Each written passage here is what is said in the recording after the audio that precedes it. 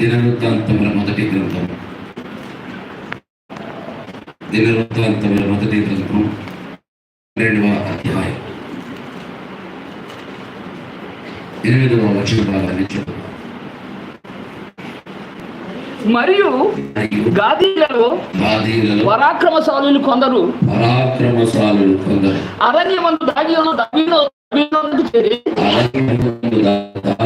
దావీదునకు చేరి వీరు డాలును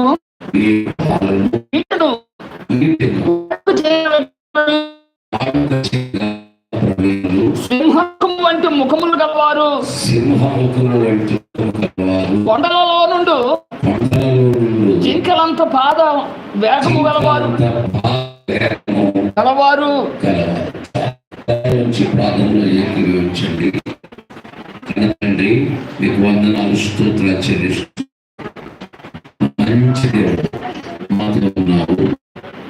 ఇంతవరకు పాటలు, ప్రార్థనలు, ఆరాధనలు, దైవ వర్తమానముల ద్వారా మీ నామానికి మహిమ తెచ్చుకున్నారు. ఈ సమయంలో నీ దీని సమయంలో నేను ఈ వాక్యాన్ని ఎత్తిపెట్టి మిమ్మల్ని స్తుతించి ఘనపరిచి ప్రజలకు నేను ప్రకటించుండగా నీ బాహుల్యకరమైన హస్తము మా మీద చాచవచ్చు. వాక్యాన్ని పట్టుకుని నేను సిలువ చాటు వెళ్తున్నాను. నేను మరగైపోతానండి, మీరు కనపడండి.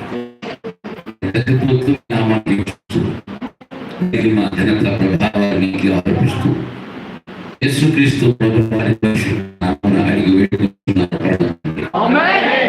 అందరూ ఆమేన్.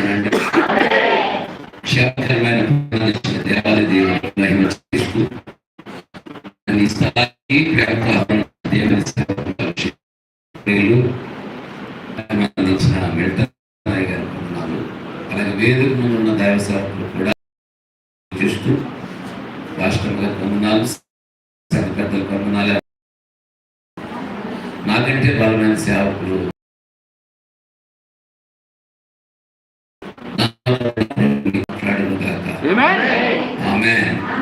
సమీపంగా చాలా అయింది. మిమ్మల్ని ఇబ్బంది పెట్టకుండా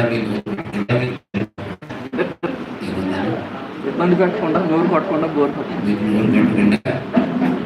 బోరు కొట్టకుండా ఇబ్బంది పెట్టకుండా 2 విషయాలు మీతో నేను పంచుకుంటాను. చాలా జాగ్రత్తగా వినండి.